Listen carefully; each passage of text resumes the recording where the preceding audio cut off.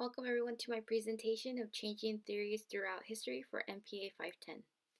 So an overview of what I am going to talk about are three main concepts: the organizational systems, and I applied Taylor's and Katz and Kahn, their theories on this subject, and then government structure with Grodzin's and Merton, and then bureaucracy with Weber and Grodzin's.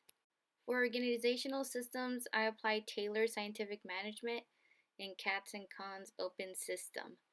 I am very much interested in the scientific management theory created by Taylor because it really applies a sort of leadership or organization in which everything is so specific and has to be done a certain way.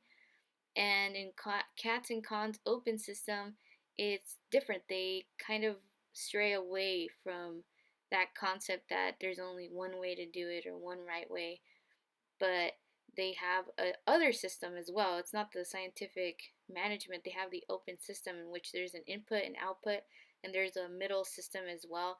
So they're very much different from the scientific management, in which Taylor had sort of like tabs on every single task that was being done, and basically wanted for management to do that as well.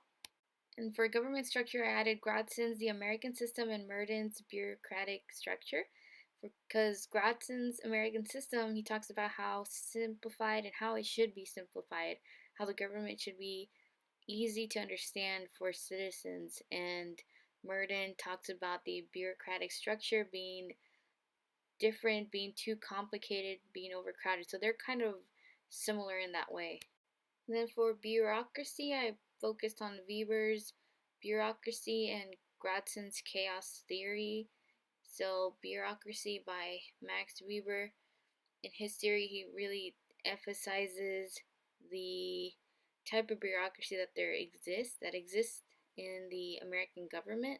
And in Grodzin's chaos theory, it talks about just how many different levels there are in the government and the bureaucratic structure. And so there's just, the citizens don't really know who they're even voting for because of all the different levels that exist. So it's just a lot of confusion. My view on the theories is that they have changed definitely when we see the difference between Taylor's and Katz and Kahn's. There's just a whole different way of setting up an organization according to them. And I think that really has to do with the environment, with the changing times. And that's why there is such a different viewpoint on these two types of viewpoints on organizations. And then for Grodzin's and Weber and also Merton bureaucracy, they have such different interpretations, and I feel it's definitely because of the changing times as well. So in the 1950s to the 1970s, there's a broad, very different viewpoint of bureaucracy. These are the references used in my presentation and some links to the photos I have used. Thank you for watching.